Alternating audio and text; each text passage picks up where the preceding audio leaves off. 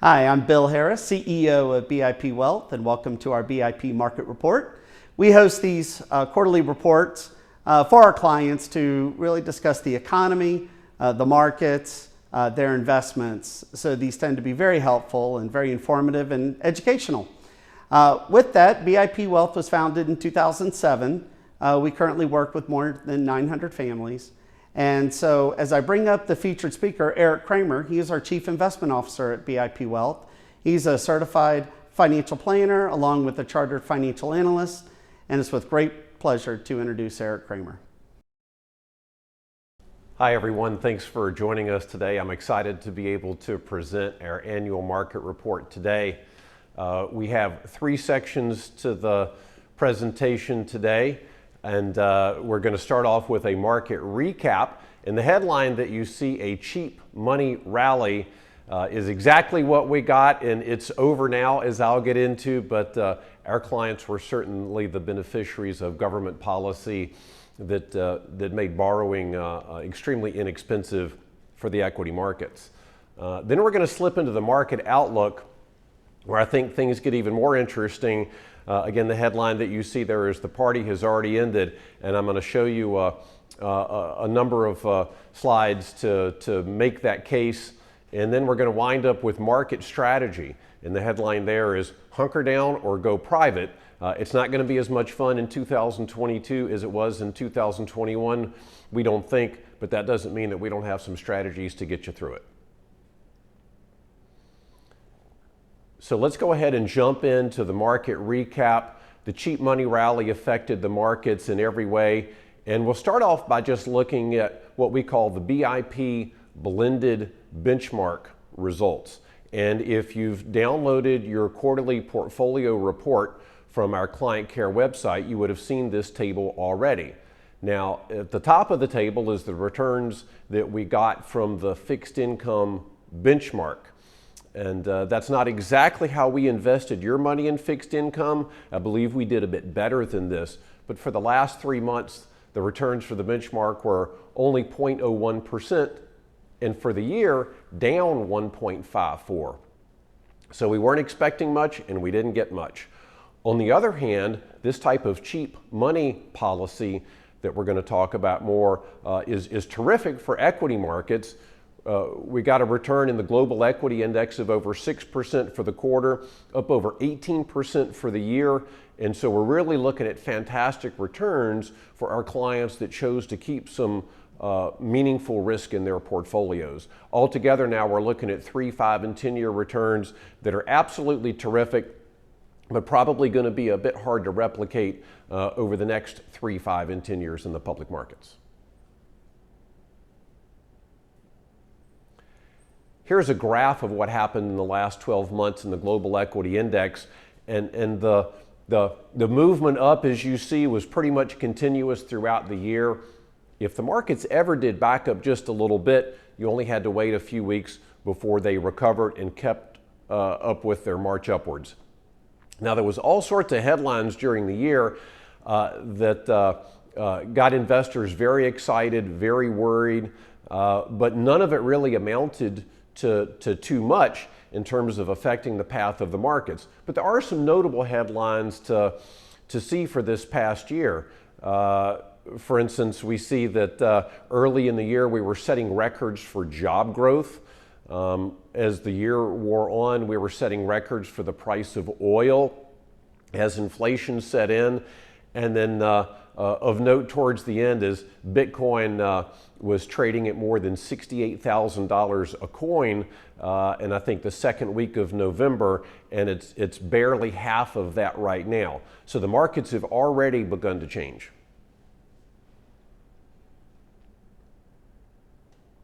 As we get a little bit more granular for the quarter, what we'll see is that we had almost all green arrows. Emerging markets were the laggards. Global real estate was the most positive source of news.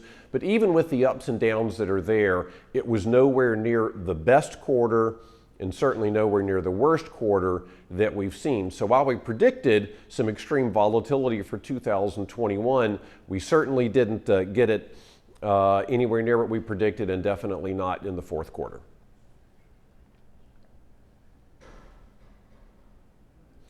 When we talk about the global equity index and how it was up more than 6% for the quarter and up more than 18% for the year, it is important to understand that U.S. investors might have done a little bit better than that. So we have on this graph all the major markets that investors can put money into, and you'll see for the quarter that that global index that was up about 6%. In the U.S. it was up a bit more, but the U.S. was not the best place to invest for the quarter. There were some other much smaller markets that did even better, and there were countries that did not do well.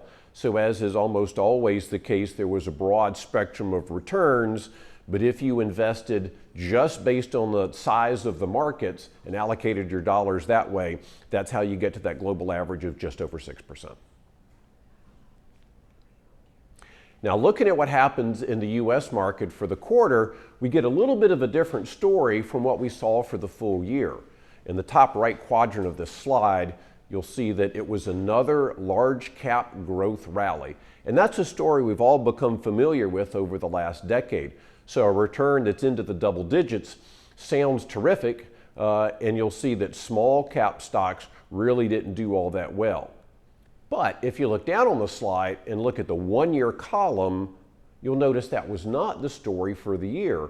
In fact, it was really just the opposite.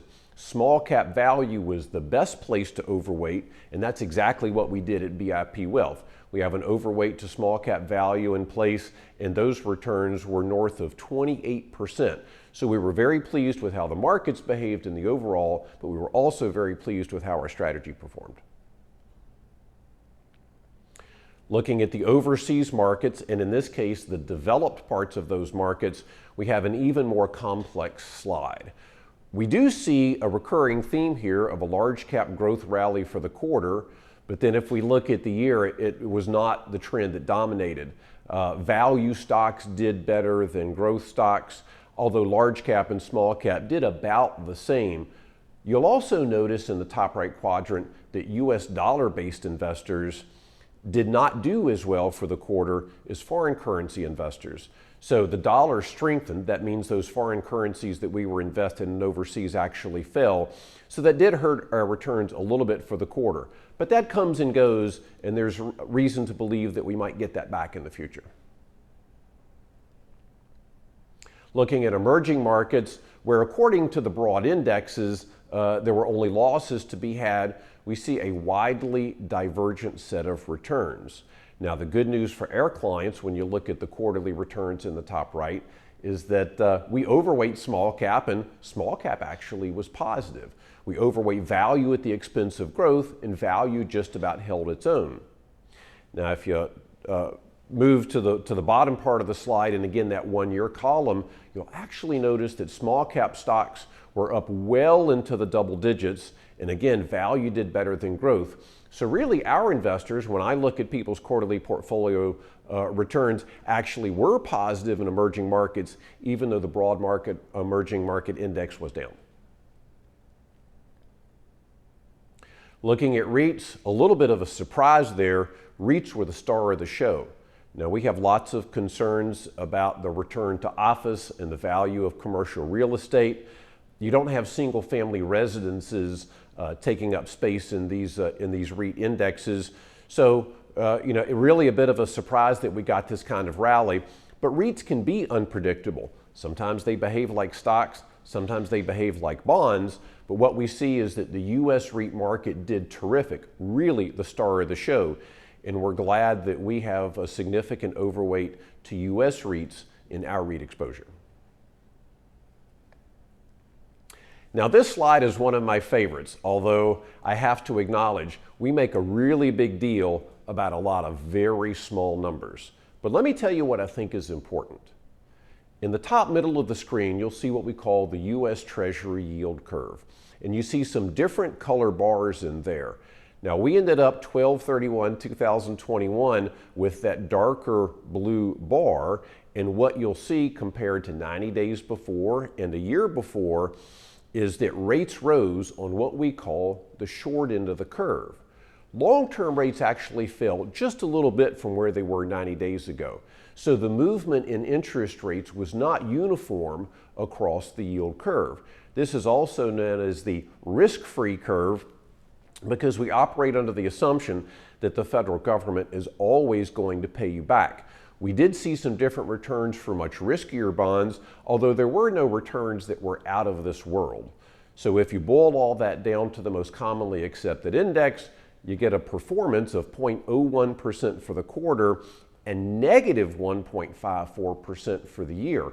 And you get these negative returns when interest rates generally move up, because whatever fixed income you owned at the beginning of the period is now less competitive in terms of its yield. I'm a little worried that with interest rates being where they are right now, that we could even face several years of that type of pressure.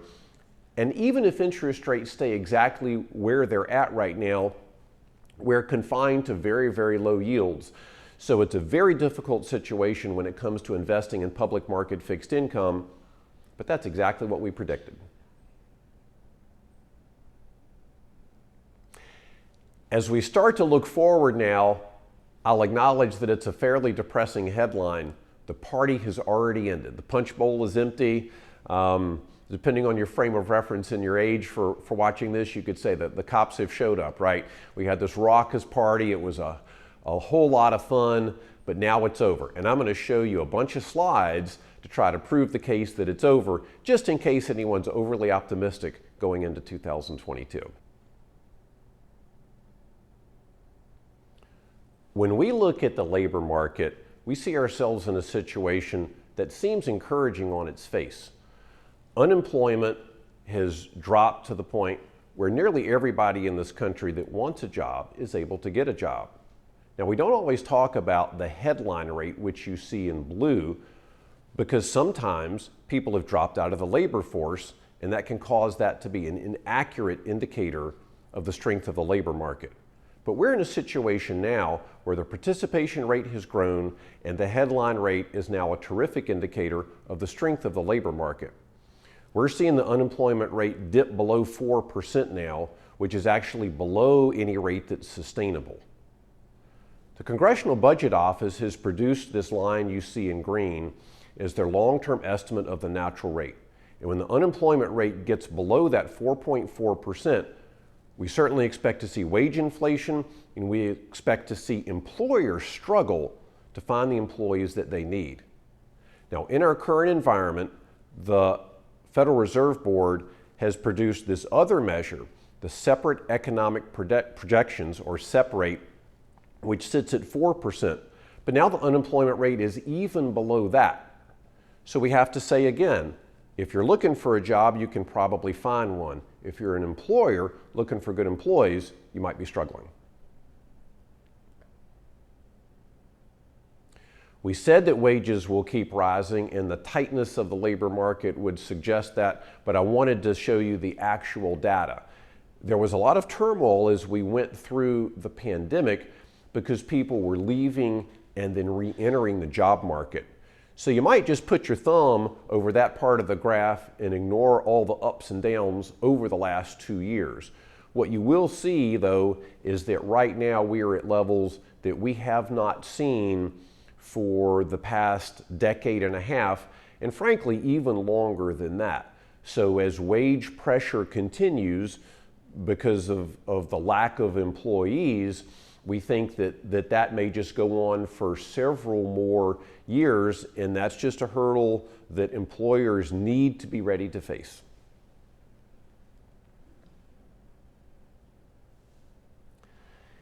In addition to those concerning headlines, you might also be aware that high inflation is a problem. And what we're suggesting here is that high inflation may be embedded. And that embedding of the inflation expectation is a critical threshold that I think the Federal Reserve has acknowledged. The Federal Reserve had been using the word transitory to describe our inflationary environment, suggesting that was about to end. But as we've gone month after month after month with ever rising inflation, employers, producers, employees, consumers, every description of market participants has confirmed through surveys that they expect inflation to continue. And now they're beginning to act on that. Now, that's not necessarily bad for the stock market. If we all think prices are going to be higher next year, we're more likely to consume. We want to buy durable goods and things like that. But since we have constraints in the supply chain, that's actually driving the price even higher. So now we're in a little bit of a vicious cycle that I'm not sure is going to end anytime soon, where inflation is robbing us of the economic growth that we might otherwise get. For all of 2021, the consumer price index for urban consumers was up a full 7%. So whatever else happened in the economy in 2021, such as wage increases, such as the returns you might have gotten from your portfolio, you really need to subtract 7% from that to adjust for the corrosive effects of inflation.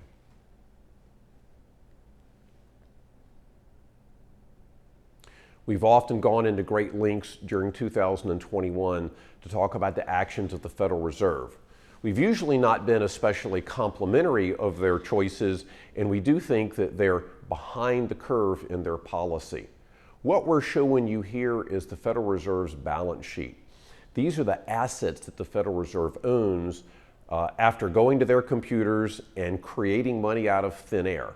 So when the Federal Reserve does that, it buys bonds typically, and in this case, it's been buying Treasury bonds. In fact, the federal government could not sustain its current level of spending if the Federal Reserve was not willing to do this. And the Federal Reserve has just continued to add to its balance sheet, although it has finally acknowledged a need to taper that rate of purchase. So this is a dynamic policy. We can expect more updates to this. But perhaps at some point before 2022 is over, the Federal Reserve will have stopped buying bonds from the federal government.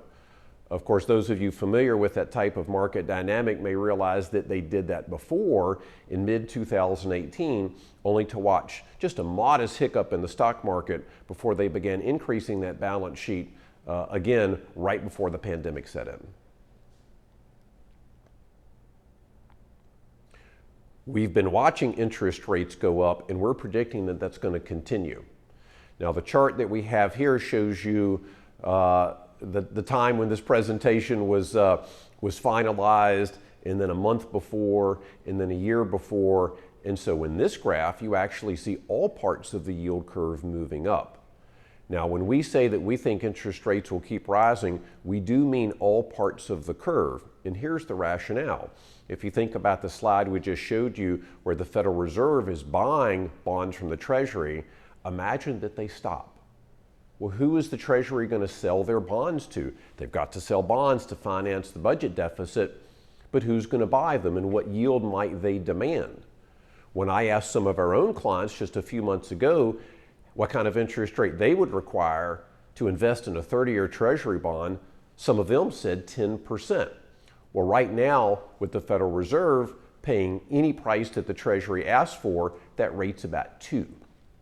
So as the long end of the yield curve moves away from the Federal Reserve being the buyer of last resort and is forced to deal with the skeptical market, we think those rates are going to rise. So the short end of the curve is going to go up to fight inflation. The market is going to take the long end of the curve up because investors will simply demand that kind of return to get involved with U.S. Treasury notes.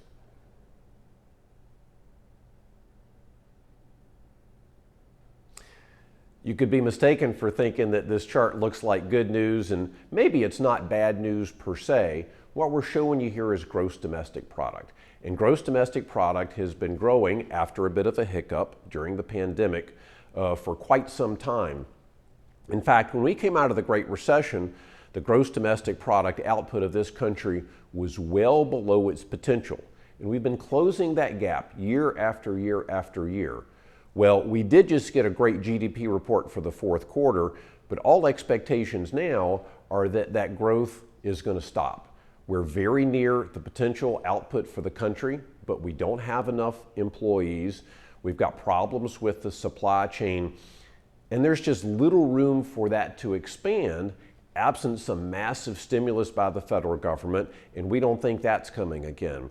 So at this point, we've had our recovery, the economy has expanded, and there's just not a whole lot of reason to believe that we're going to have growth that's any faster than the slope of that orange line, which is just the long-term potential of the country.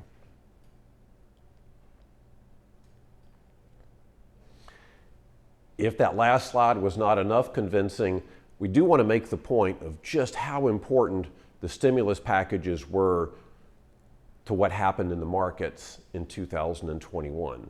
We saw consumer incomes grow by about 10% in what could be rightly described as a one-year event.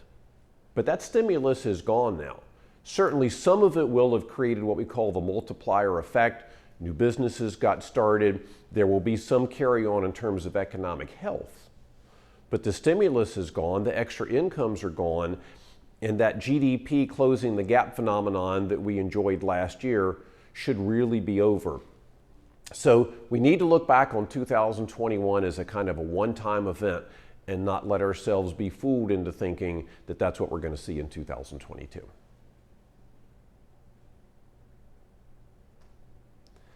Now, if I hadn't presented enough evidence at this point, here's just one more chart to show you that it's already begun to happen. There is an index out there referred to as the Weekly Economic Index, and it has 10 points to it. Some of those are some of the slides that I just covered. But this is the bring it to the bottom line, boil it down slide.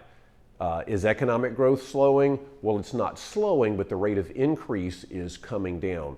We certainly could find ourselves in a situation in another quarter where that growth has indeed dropped to zero, but right now the big peak is over and the rate of increase is dropping almost every month. So what are we looking for in the future? Let's talk about that just a little bit. When we saw the federal government programs increase the ability of the consumer to spend, that was the result of one-time events.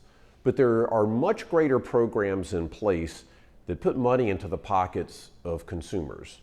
So you have Social Security disability insurance, you have the Social Security that all of us think of in terms of the old age or retirement programs that are out there. You also even have the highway funding trust. And all of these things are running into trouble. All of these programs are about to use up all of the excess collections that have come in over the past decades.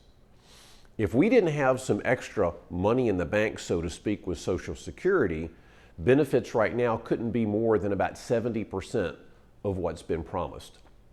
So we continue to spend down the trust fund, and we know that that fund, along with these others, are going to be exhausted in just a few years.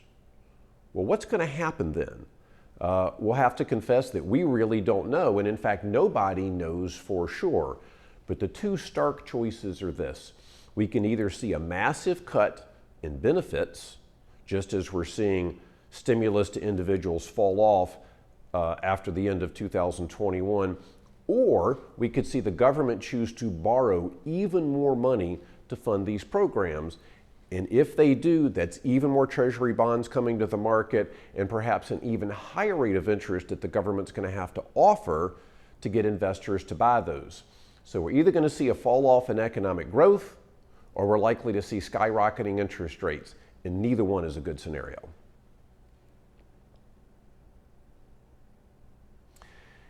The impact of what's currently planned by the budget rules that are encoded in law right now are such that our national debt is going to go up.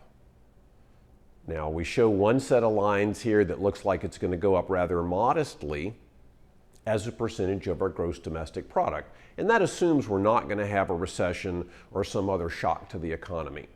But there's also a dotted line, and that's the one that I like to look at. It's referred to by the Federal Reserve and the Congressional Budget Office as the alternative scenario. But it's really the scenario that we're most likely to see. You might not be aware that there's a number of rules about how the federal government operates that are set to expire or sunset in just a few years. But what we know from the past is that those rules are likely to be continued, causing spending to grow higher and higher and the size of the national debt to grow higher and higher. So the reality is that the national debt is going to continue to grow absent some major shift in policy, such as dramatically increasing tax rates and cutting the budget. So I've given you some good news, I've given you some bad news. We know that the stimulus from 2021 is over. That's all interesting, but if you're an investor, what you really want to know is, are we going to have a recession, and is that going to lead to a bear market? Well, let's look at the sum total of the evidence that we have right now. You might not know that the Federal Reserve publishes a probability of us going into a recession on their website. I was able to create this graph using the Federal Reserve Economic Database, and that probability of a recession is what you see with the blue line. Now, right now, the blue line is near zero, and that actually makes sense to me. I don't think a recession is around the corner. But if you look back through the last 3 recessions, what you see is that there is very little warning for when that probability goes from 0 to 100. It goes up very, very quickly. And in fact, the stock market starts to go down usually before the recession has started. And unfortunately, there's no great leading indicator of when the stock market will go down. Now, to be clear, the stock market goes up and the stock market goes down for a variety of reasons.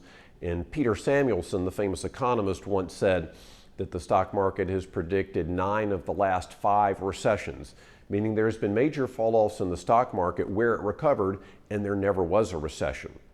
Nevertheless, even though the stock market has fallen a little bit in 2022, we're not seeing the sum of the data suggest that we're going to see a recession in 2022.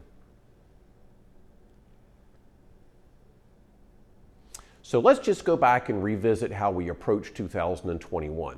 We thought the stock markets would benefit from policy, and they did. We thought public market fixed income would suffer, and it did. We expected extreme volatility, which we never really got. We thought tax rates would go up, and they didn't. We did say private markets can play a larger role in your portfolio, and we encouraged many of our investors to engage in that. Now, a lot of you watching us today know that we've just announced a big exit from private market investments to the benefit of our investors here in 2022. We also had some of that in 2021, and we had some of that in 2020. So we've seen private markets play a key role in our clients' portfolios for a number of years. But if we look at the 5 predictions that we made for 2021, really only 3 of them have come true. Going forward into 2022, what do we expect? Well, we're going to change our prediction about the stock market. We got it right in 2021. We think we've got it right for 2022, and we're changing that to stock markets will struggle. We think public fixed income will continue to suffer. And we do think that we're primed for some extreme volatility. We've already this year seen the Dow Jones Industrial Average fall 1,000 points in a day only to recover. But we're talking about volatility that would be much more extreme than that, as the markets are trying to digest what we call the new math. We're really in an economic situation that's different from any that we've been in for quite some time. Now we're saying tax rates may not increase. Maybe nobody has to pay for anything anymore. I've shown you projections for the size of the national debt that suggest this is a really big problem that needs to be solved, but we're just not sure that that's a solution that's going to happen in 2022. And lastly, we've kept in place private markets can play a larger role in the portfolio for many of our clients. So we're keeping that one, and we want to talk about why we're so enthusiastic about private market investing this year. Private markets and public markets really are different. Now, when I say public markets, I mean the Dow Jones Industrial Average, the S&P 500, even those international markets that I showed you performance for earlier in the presentation. I say they can seem simple because I know they can be complicated, but you can go out these days and buy one index fund that covers the entire globe. Every stock that's been issued is represented there, and it can be simple. Well, how about private markets? The truth there is that it can be, and almost always is very complicated. Private market investing is not like public market investing in so much as you can't simply go out and buy whatever you want to buy. In fact, when you do buy anything, there's probably a pretty hefty stack of paperwork that you've got to get through and sign just to become involved. And if you look at that paperwork, you'll see that these deals can be very complex. It often works best for investors in private markets if they've got an advisor, if they're part of a syndicate of investors, but there's somebody in that group that has hired lawyers that have made sure there's terms in the investment to protect them. Now, what do we mean when we say private markets? Let's say that there's a small business that got formed recently by some folks that knew a lot about technology and had a great idea. Maybe they used a little bit of their own money, they launched the idea, they grew the company, they're getting more and more customers, it's looking better and better. But this isn't a company that you can buy by opening up your brokerage account, right? You've probably never even heard of them. This is a company that's going to get funded for the coming years by groups of investors that approach this company and work with this company to help them get this funding, and there's lots of rules around how that happens. Again, these are where some of the best returns have been, but it's not all that easy to access. Public market investments are something that anybody can get into, but not only are these private investments more rare, but the SEC has rules that we can generalize to say only the affluent can invest. So if you're one of our clients, there's a good chance that you've met those hurdles. You can qualify by income or the size of your portfolio, but you're able to invest in something that most investors can't. So there are significant restrictions. It's also worth noting that public markets are almost always liquid. You can buy and sell on any given day. Sometimes you can turn your entire portfolio into cash with a couple of clicks in a matter of seconds.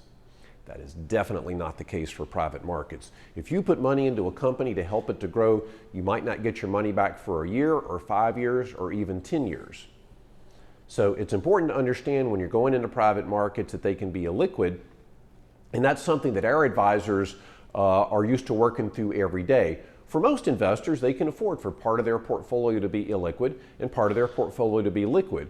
But judging how much illiquidity you can tolerate is a really important issue to go through with your advisor. And then lastly, and this just kind of wraps up what's so special about private markets. When you're investing in a public market, you're what we call a price taker. There are millions or billions or even trillions of dollars out there adjusting the price of every stock, sometimes multiple times a second, as traders buy and sell.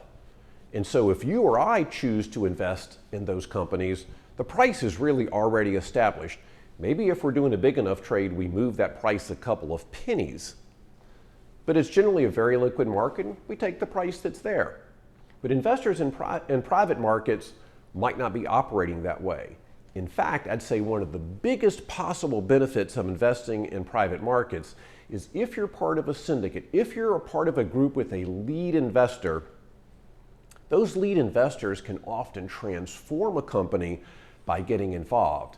In other words, your investment in dollars and the investment in time and expertise by the lead investor can actually make a company worth even more. Now that's a win-win scenario because you're putting up your capital. If you're working with people that have this expertise, they're immediately making that a better prospect for you just by getting involved. And that's what we look for at BIP Wealth. So just to wrap up, private market investments have historically been available only to small groups, and we're trying to make it as broadly available to everyone that needs it as possible. I've talked about some challenges coming forward in 2022, and if you're only investing in public markets, it probably is the time to hunker down, stick to your discipline, make sure that any ups and downs the market gives us are ones that we can navigate. We'll buy low, we'll sell high, and volatility is not necessarily a bad thing. But if you are able to invest in private markets, we have had a lot of opportunities that have worked out great, and we have lots of plans to bring new opportunities to you this year. All right. Now we have a few disclosures that we're going to show you, and then I imagine that we've had some questions come in. There's a chat function at the bottom of your screen that you can click on and submit your questions in writing. And if we've had questions come in, we'll try to answer them now. Great job, Eric. Thank you very much. This is Bill Harris again, and we've got a couple of questions here for you to address, Eric. So the market has been very volatile in the month of January. What is BIP doing to address those ups and downs? Well, it's interesting. If you look at the financial media, you will read headlines that suggest that the volatility has been terrifying. Mathematically, the volatility has not been that big. When we warned at the beginning of 2021 that we might be in for some extreme volatility, we were imagining days where the market might move 5 or 10% or even more than that in a single day. And we certainly haven't had that yet. But there's a couple of things to keep in mind about volatility. When we see profits in the market, we take them. For instance, every portfolio here has a certain percentage in equities that we watch every single day. And if you get much over that, we're going to take those profits. What that means is that if we get a dip in the market, we have a buying opportunity. And we've done some proprietary math about when to step in or when to let the markets ride. So we love it when the market gives us upwards volatility, right? It's a chance to take some profits off the table. But then sometimes we're looking for a dip so that we can take some of our safe assets and get them back into the market. One of the things we like to say around here is volatility can be your friend. That, of course, supposes that you stick to your discipline. But the other thing we're doing about it is we're focusing on private markets for our investors that are eligible and can afford the illiquidity that comes with that. For our investors that have been doing this for a long time, they know exactly what I'm talking about when they look at how those opportunities have materialized. And I'll just give you an example. You know, we're not very encouraged about the shape of public market fixed income. We've got a yield of the index that's barely 2%, and we've got a lot of volatility that we're expecting. If rates go up, which could be better in the long run, that could hurt current portfolios. But when we look at what's available in the private markets, we're looking at high single-digit or low double-digit yields for what we think are very, very safe fixed income investments. So there's a tremendous difference in the private markets and the public markets, even for the safer end of the investing spectrum. So again, I think that's a great solution for folks that can invest there. Good, thank you, Eric. The next question is, are you investing in cryptocurrencies and more specifically, maybe even Bitcoin? We are not in any systematic way at this firm at this time investing in cryptocurrencies. For anyone that happened to have the bad luck of jumping into Bitcoin when the price was at 68,000, only to look at it right now hovering around 36, 37, 38,000, they're probably thankful of that. One of the key principles for how we invest at BIP Wealth is that we invest based on the evidence. And it's really, really difficult right now to find the evidence that suggests that the world needs the 6,000 cryptocurrencies that exist. There's a lot that's been written over the centuries about private currencies and the dangers that come from those, but right now there's about 6,000 private currencies that didn't exist 10 years ago. So we fully expect that there's going to be some tremendous pain coming to an awful lot of folks that got into those, but we can't find the evidence to suggest right now which ones will persist and which ones will fail. Now, I do want to distinguish that from blockchain. The blockchain technologies that underlie a lot of cryptocurrency do have value and do have a role in a modern financial infrastructure. So we think that there may be some opportunities within blockchain technologies themselves. There just might not be a currency attached to them. Sounds good. As an advisor, Eric, what are some of the cues that you listen for to determine if private equity or venture capital is appropriate for an investor? Well, I'll summarize it this way. When we're looking at private equity or venture capital for our investors, we first engage in a very rigorous process through our investment committee to determine what deals we'll even bring in front of our clients. That is something that can take months or in some cases even years. And what we end up putting in front of our clients is a very small subset of all of the deals and all of the professional investment teams that we've learned about. Now, beyond that, your designated chosen personal wealth advisor who knows way more about you than I ever could is looking at your situation and discussing with you what makes sense for you. There are different types of deals. There could be ones that just focus on technology, ones that focus on other things, and they're probably trying to make sure you're diversified. And as I've said before, there's private equity and there's private fixed income, and they're trying to measure the right amount of risk for your total portfolio. So there's a lot that goes into those discussions between you and your own personal wealth advisor about which of the available investments you should actually choose. Good. I have one more question here, unless we have any other attendees that feel free to chime in for Q&A. Last question that I have is about financial planning. And when you're making projections for private equity, private fixed income, how do you integrate that in an overall portfolio and make longer term projections? Well, that's a great question. How do you do financial planning with private equity and private fixed income? Very carefully. The industry that we work in, the academic literature around this is not a great guide. There's simply not been very many firms that have done this in the past. So we've had to create some of our own thoughts and methodologies about how to do this. Typically, we start with the assumption that private market assets would be riskier than public market assets, even though for the life of BIP Wealth, that has not been the case for our investors. We also assume that there's greater returns available. For instance, in private fixed income, we might assume an 8 or 9% return, even though we've got investments out there right now that are yielding greater than that. And we might assume a 15% return for private equity, for instance, even though there's an awful lot of our clients that saw triple-digit returns on their quarterly portfolio report for 2021. So we assume higher return, but we assume higher risk. And then there's one other key piece to that. In our experience, the returns that you get out of the private markets are relatively uncorrelated with what happens in the public markets. In fact, this firm got started during the Great Recession when many of our longest term clients were invested in some private companies that were going up and doing great and resulted in a fantastic payout, all while the public markets seem to be on an endless downward spiral.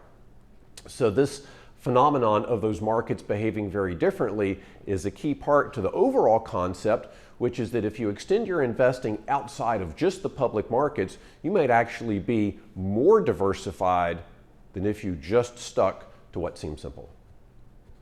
Great. Thank you, Eric. That wraps up the questions for today. Do you have any final thoughts before we sign off? Well, just let's remember, if we get that extreme volatility that we've been predicting but haven't gotten, it's really important to stick to your plan. Your plan isn't just what to do when times are good. Your plan is what to do in all times.